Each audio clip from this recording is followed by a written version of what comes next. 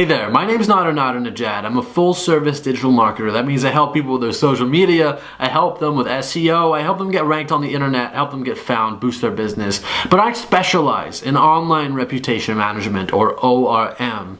That means that I help people fix their reputations, build their reputations, and that also includes purging negative content from the internet and replacing it with true and positive, journalistic in a way, media coverage. So, let's talk about how you can remove negative articles and negative links from the internet. But specifically, this video is going to be focusing on negative articles. So, my background is primarily, I started as a content creator in multimedia, and then I moved directly into marketing.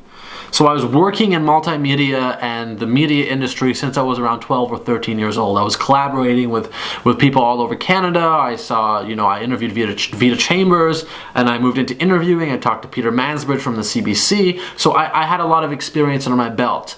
And then I built the company and started helping people with their reputations. I went and got my journalism degree from the University of King's College, which is right here, so my credentials don't matter, but the reason why I'm showing you that is because I've worked in journalism.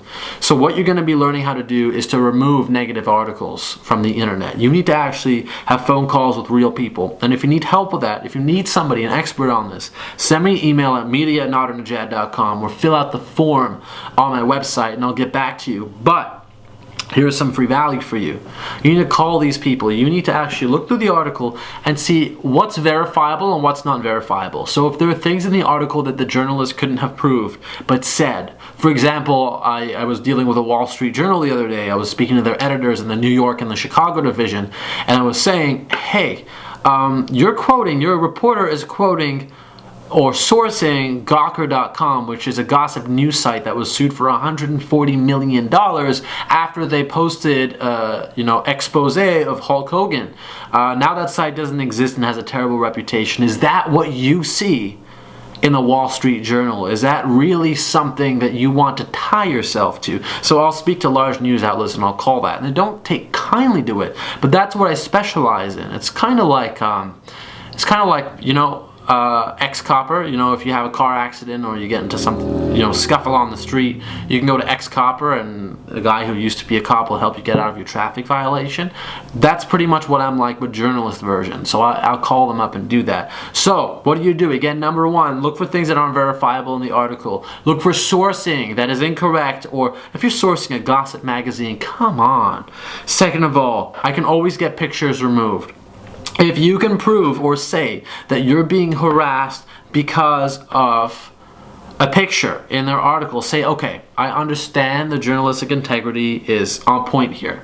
Your article is great because you're informing the public. I understand that. But my picture, I'm being harassed and my life is in immediate danger. If you remove my picture so people can't identify me by face, I would really appreciate that. You may need to get some sort of proof, you may need to get some sort of evidence, but chances are if you've had a bad enough news article, at least one person has harassed you, and that's good enough. Get evidence of it, okay? You may not even need it, but tell them my personal safety is in immediate danger. I need you to remove that picture. That's going to mean that future employers, once you post positive articles in the future and someone like me creates positive content about you, that other article with no picture of you, no one's going to know what that is. We'll change your location. We'll base you out of somewhere else.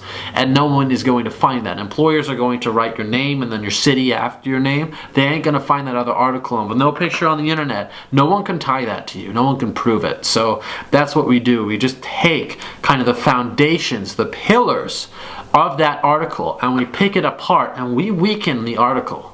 Okay, using facts and using evidence and using knowledge of not only media ethics and journalism, but knowledge of the law. So that's what I do, and that's what I recommend you do. That's just a couple of things that you can do.